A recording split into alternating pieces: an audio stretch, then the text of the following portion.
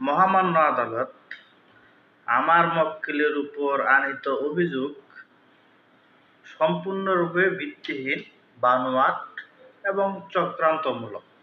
অতএব আমার মক্কেল সম্পূর্ণরূপে নির্দোষ। আমার মক্কেল এই সমস্ত ঘটনার সাথে জড়িত ছিল না। এগুলা সম্পূর্ণ বানোয়াট। আমি এগুলা আদালতের কাছে আকুল আবেদন করি আমার মক্কেলকে যেন বেকসুর খালাস দেয়া হয়। বিষয়টা হচ্ছে, একটা উকিলের তার বক্তব্য থাকে, আসামি পক্ষের যে উকিলগুলা তার বক্তব্য থাকে আদালতের কাছে এরকম। তার মক্কেলের জন্য সে বিভিন্ন যুক্তি তর্ক এগুলা উপস্থাপন করে মাননীয় আদালতের কাছে। এখন বিষয় হচ্ছে, আমাদের দেশের এই কাজটা এই ফরম্যাটে ঝাড় করার কথা সে না করে এখন সবাই উকিলাতি শুরু করছে। বিষয়টা হচ্ছে এখানে, যেমন আমাদের বাংলাদেশে সম্প্রতি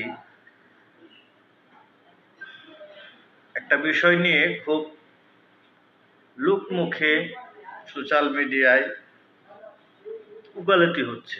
সেটা হচ্ছে ওই সাকিব আল হাসান উরুফে সরুমাল হাসান ইত্যাদি ইত্যাদি নামে তাকে অনেকেই ডাকে।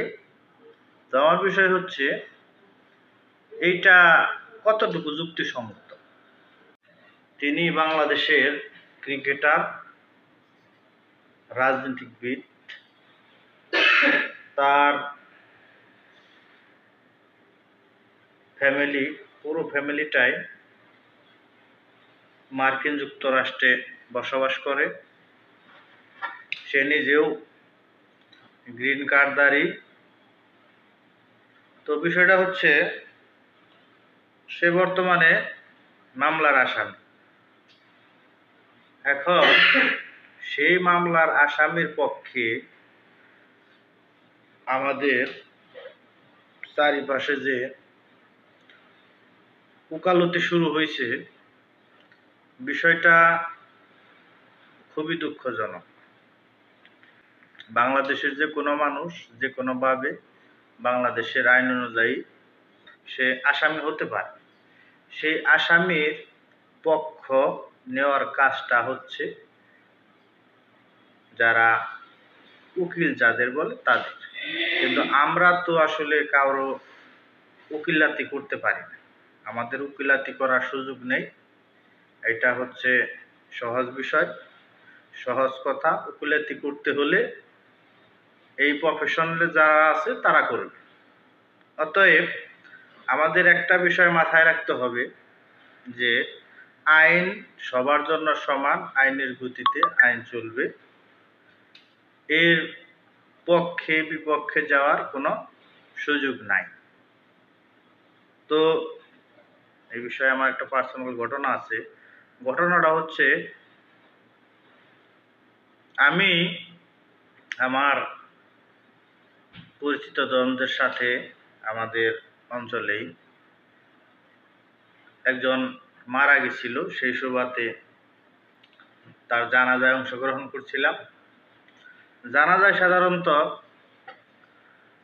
সেই মৃতকে সামনে নিয়ে মুয়াজ্জিন বা ইমাম সাহেব শেষবারের মতো সবার কাছে তার সম্পর্কে বা তার পক্ষ হতে ক্ষমা প্রার্থনা করে যে আপনারা ওনাকে ক্ষমা করে দেন। তেমনি সবাই যার যার জায়গা থেকে ক্ষমা করে দেয়। আমার এক পরিচিত, সে কোনো ধরনের কমেন্টস করে নাই। এখন যাই হোক, জানাজা শেষ হয়েছে। জানাজা শেষ হওয়ার পরে তারে জিজ্ঞেস করলাম যে, ভাই তুমি তার কোনো বিষয়ে কোনো হ বা না কিছুই বললা না কেন বা তারে ক্ষমা করলা না কেন? তখন সে বলতেছে, দেখো ভাই, আমি ওনার সাথে চলি নাই, ওনার সাথে আমি থাকি নাই, ওনার সাথে আমি কখনো ওরকম সময় দেইনি। উনি কি ভালো মানুষ না খারাপ মানুষ সেটা আমি দেখি নাই, হয়তো আমি কিছু বলি নাই। আমি তার যুক্তিতে আমি একদম থেমে গেছি, না কথা ঠিক আছে। সর্বোপরি সে বলছে, আমি জানাজা পড়তে আইছি, আমার জানাজাটা উচিত জানাজা আমি পড়তে আইছি। এখন জানাজা পড়ার পরে পরকালের হিসাবে সে বেহেশতে যাবে না দোজখে যাবে সেটা আমার দেখার বিষয়। উচিত জানাজা পড়ে দিছি, এখন সে বেহেশতে যাক আর দোজখে যাক সেটা হলো তার বিষয়।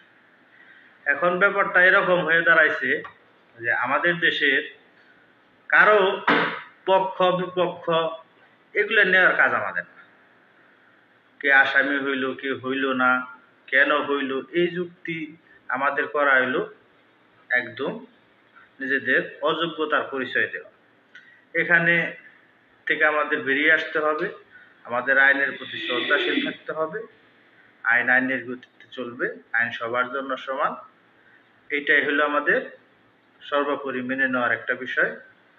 তো এর বাইরে আসলে কিছু করার নাই, এটাই আমাদের মেনে নিতে হবে।